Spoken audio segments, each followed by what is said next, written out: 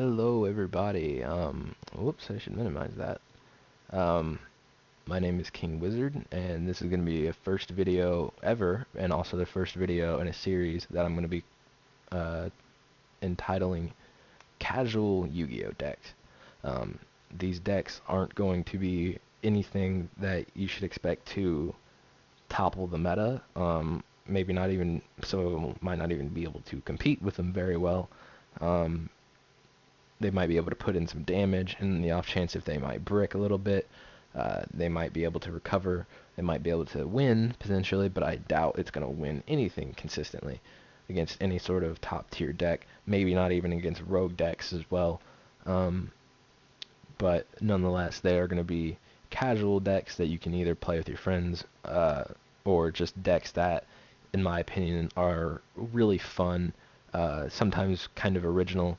Um, just, general casual decks.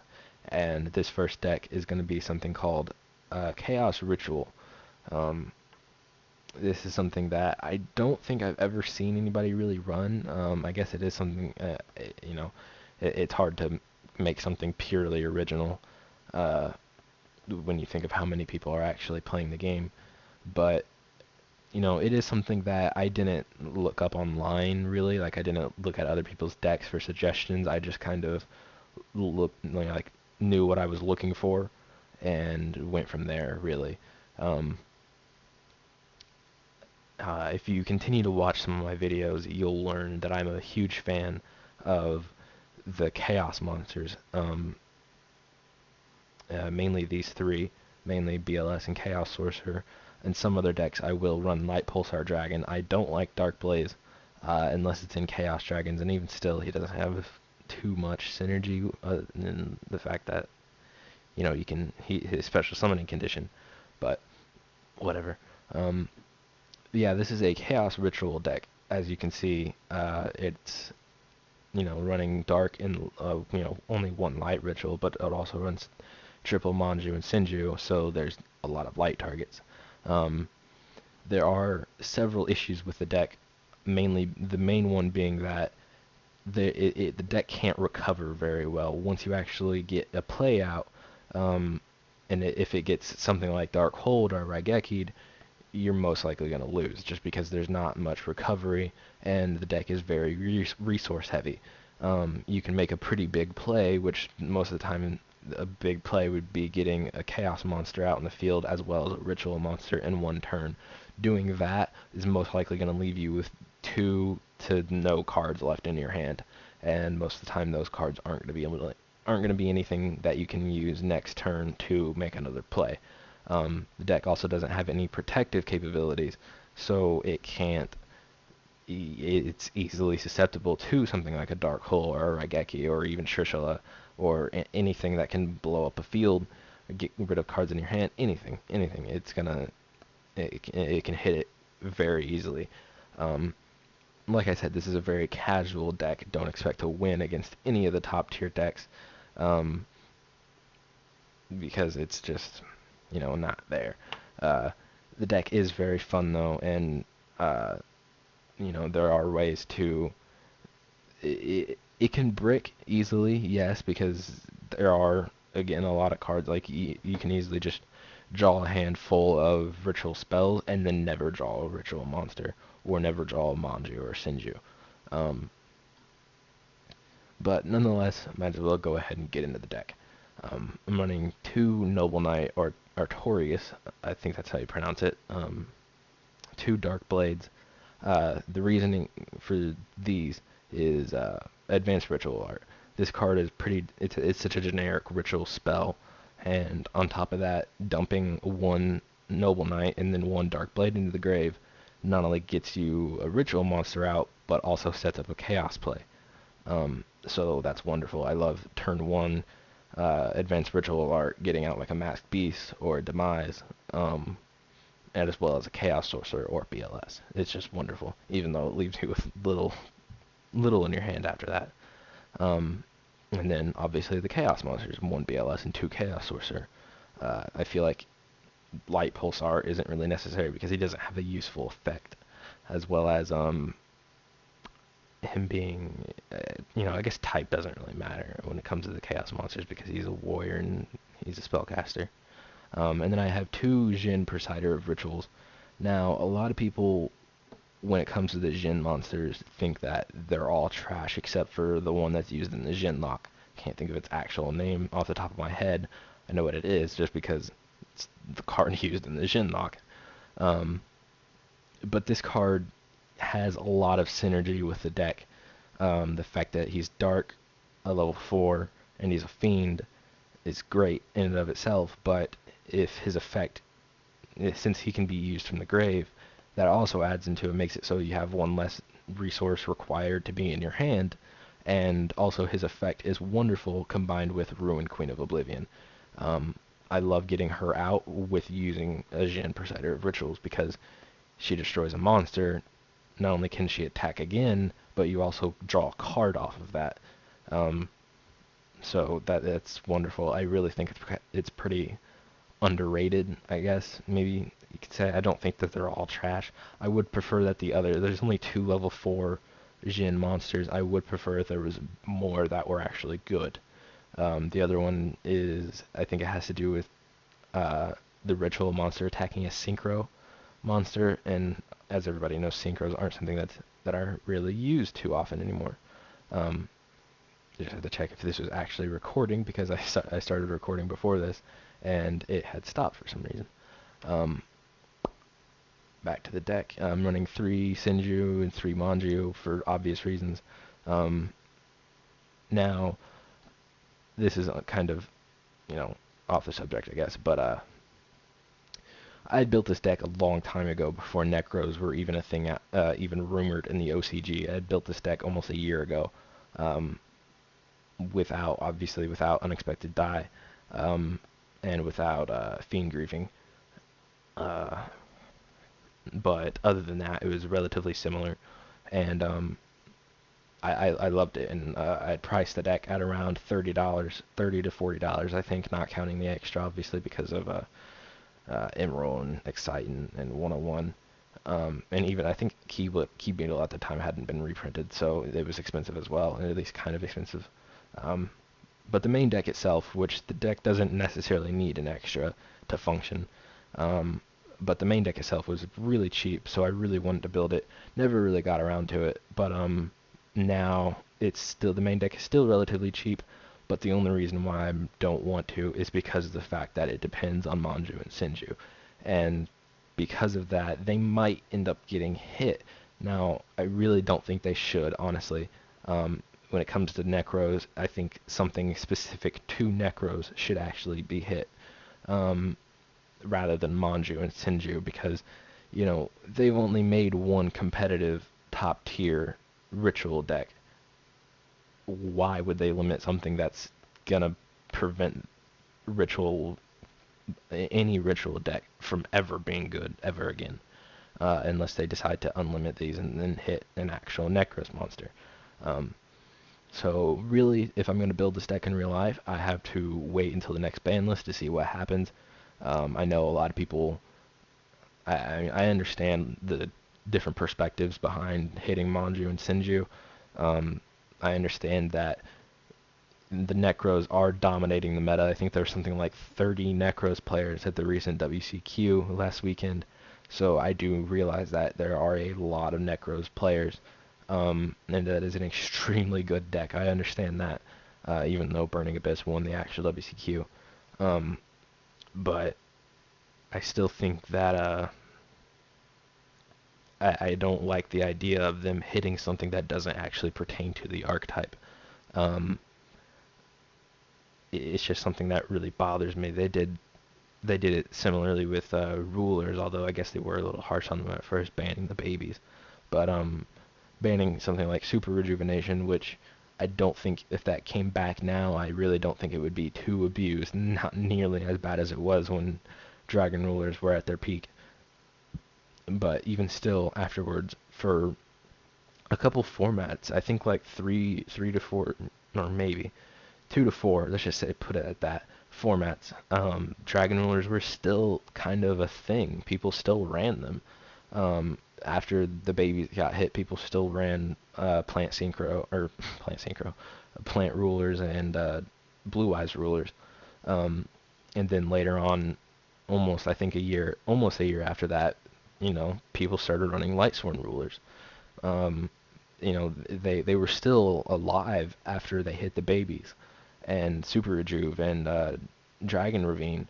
Um, and I know that there were Dragoonity players out there that like, what the fuck? Why would you hit Dragon Ravine? I mean, I know it's a good card, and it's splashable in other Dragon decks, but honestly, what Dragon decks have been topping outside of Dragon Rulers? Um, Back onto the deck profile, I kind of went off on a rant there. I guess I should save that for a different video. Onto the ritual monsters, I'm running 2 Masked Beasts. The main reason why is because if you look at the ritual monsters, the dark ritual monsters, which are necessary, and mainly because of a contract with the Abyss. If you look at the dark ritual monsters, specifically level 8s, there aren't many. There's literally Demise is the one with the lowest attack, and everything up generally kind of sucks. Out of all of the level 8 Dark Ritual monsters, only 2 of them have an effect, and Dark Master Zorks, which I have ran in the past, it's not consistent. Again, it's a chance effect, and that's something that you don't really want to do. With this series, yeah, these are casual decks, but I'm going to try to optimize them as much as I can. I'm not going to run something just because, oh, I like this card. I'm not going to fucking throw a DD Assailant in this deck, even though I love its art. But yeah, that's something that I can't really. There's not many level 8 darks, and this deck needs a level 8. Because there's only like one. Yeah, there's one level 4, and it's for Red Eye support, and it's not even out yet, and I don't want to play the Red Eye support. So I'm running the Max Beast because he's a beast stick. He's a 3200 beast stick at that, and he can run over a lot of stuff. So he's obviously the best choice considering how I'm running the second best choice as well, which is 3 Demise. And then I'm running 2 Ruined Queen of Oblivion. Now, the reason why I decided to run her was because, for 1, she's level 8, for 2, she's light, so it fuels the Chaos Engine, and 3, it justifies running 3 into the world. Before, when I was running this deck, I'd run Dark Master Zork. I think there was even a variant where I ran Magician of Black Chaos. I think I ran Trade-In as well with this, because a lot of level 8s. I don't want to run it in this variant because there's not enough, really. But I wouldn't run triple into the world because the only target for it was Demise. And that's just something that, again, would prove to add to the inconsistencies. For the spells, I'm running 2 Unexpected Dies. This again helps support the idea of running normal monsters in the deck. It helps a lot with making rank 4 plays. It also assists in even just getting out a ritual monster if you don't have anything in your hand.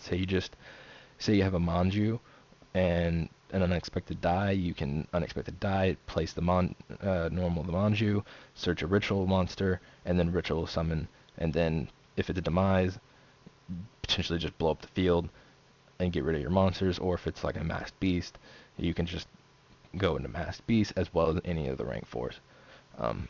So yeah, it's a great card, a great addition to the deck. 2 Rotas to search out these guys for a similar reason as Unexpected Die, but it's not as fast as Unexpected Die. 2 Upstarts and 2 Pot of Dualities for consistency.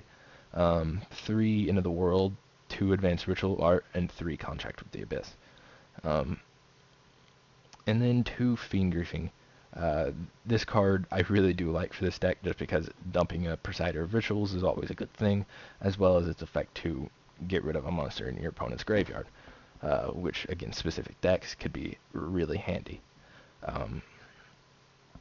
Onto the extra deck. This deck does have the capability of going into rank 8s, but I only run 3 of them, and they're not really something that I can go into often.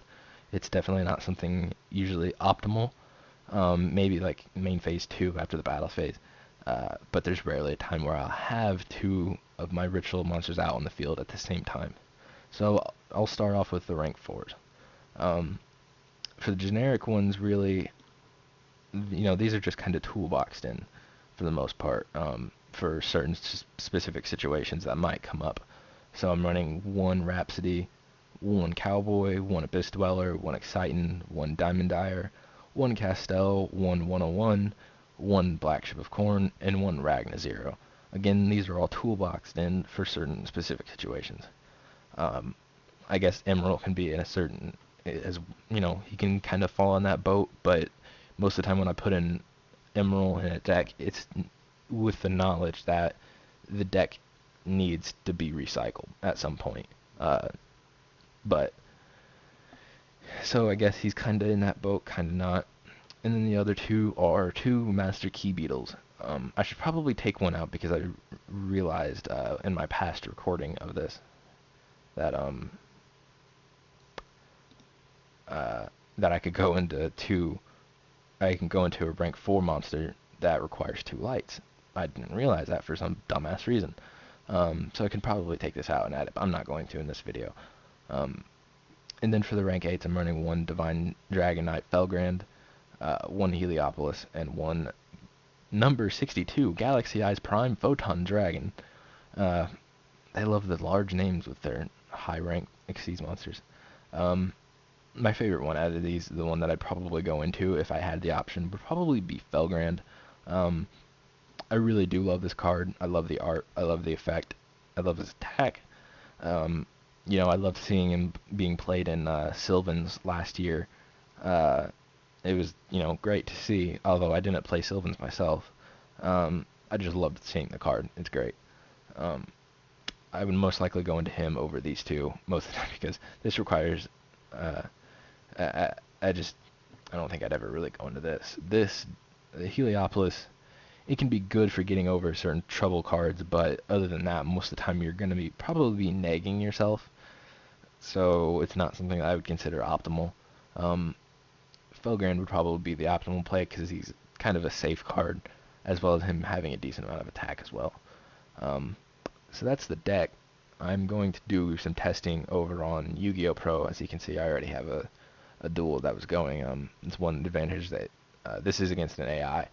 The one advantage that Yu-Gi-Oh! Pro has over Dev Pro dueling an AI is that you can set the timer to pretty much infinite. As you can tell, this duel has been going on since before I even started the recording. So, and as you can see, it's barely lost any time at all. So yeah, this opening hand, let's see what I can do. I could go into basically anything. I believe I'm facing, yeah, this is a Kaiba deck, so I'm probably going to end up winning. In the past recording, I tried dueling against actual meta decks. I dueled Necros, and then I dueled Stellar Knights, and was mercilessly slaughtered by both of them. There's not much this deck can do against Stellar Knights because they have so much back row and alpha is a thing, so my plays constantly get stopped, and because my plays use a decent amount of resources that aren't recoverable, it fucks me over. This is I really just want to duel with this deck to show you guys how it actually functions. And not have my ass handed to me on a silver platter.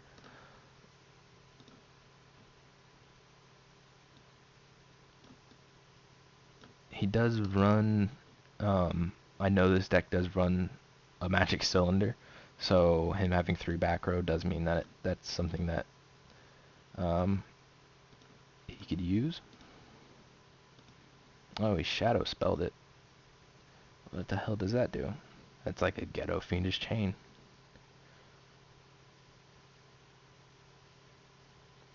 Well, good thing it doesn't have when this card leaves the field. I'll just go ahead and blow that up. Oh, he's going to shrink it. Oh, well, shit. I guess I'm only going to deal 1200 damage this turn. Oh well. Let's get back up to 24 next turn, and I want to see what his back row was. Oh, well, he has another one. That's not good. I'm not sure how many magic cylinders. Oh, he had an enemy controller, so that could be a magic cylinder. Let's go ahead and play that. Ooh. This means I can go into her.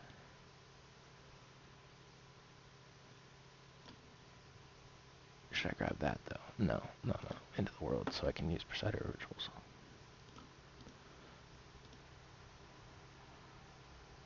Oh, I didn't realize I had one in Grave. I'm gonna go ahead and do that, then. How did that one get in my grave? Did I use it with the Demise? I didn't realize that I opened 2 of them. Wow. Learn something new every day.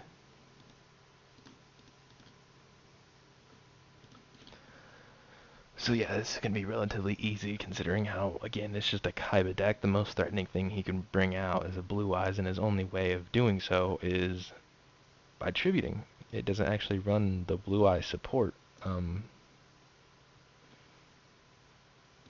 which is fairly ironic in my opinion.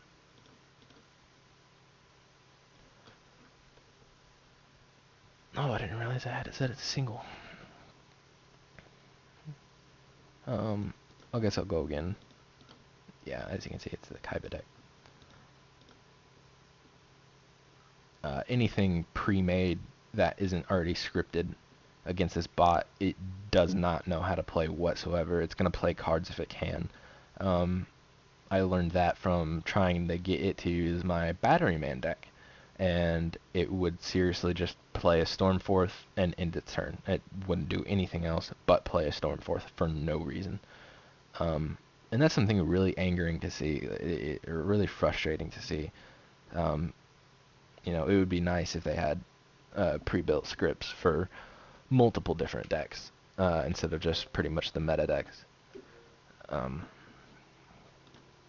this, I'm going to go ahead and get that out. Go and do that. And then special summon you. So now I have a 3200 beat stick that is hitting me in the face. That's not what I was planning on saying. 3200 beat stick that allows me to draw a card whenever it destroys a monster. Now, compared to meta decks, top tier decks, that's not anything too special. But to casual decks, I think it's something that's very good. And again, that's what this deck is built for. It's not meant to be, oh wow, if I fucking normal summoned that, I would have had game.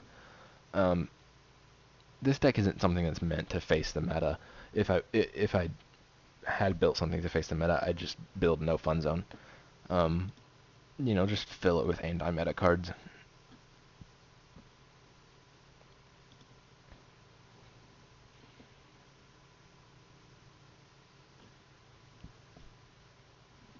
Only one back row, and a Vorse Raider. Ooh. Oh, options. I actually have options with this hand. That's surprising. I could Manju for a Demise or a Ruin Queen. I could just advance Ritual Art for this Masked Beast and then go into Chaos Sorcerer. I could Unexpected Die and then Manju. Options. Of course, I could save these 2 for later. That would be a play that I could make in the future. So I could just do this. Send that and that. I'm glad that I got to make this play while it's recording. I'm going to check to make sure it is. Yes, it is. That's good. Again, this is my first video, so I'm probably going to be doing that a decent amount. I might do it in my second video as well, just to make sure that it is actually recording, because in my first recording, it randomly stopped during it. I didn't, you know, type anything. I don't know why it did it. It just did.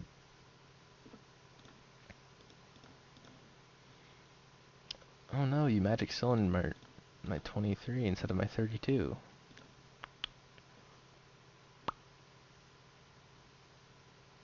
I guess I really should have just popped it. Oh, well, awesome. Crashed during the recording.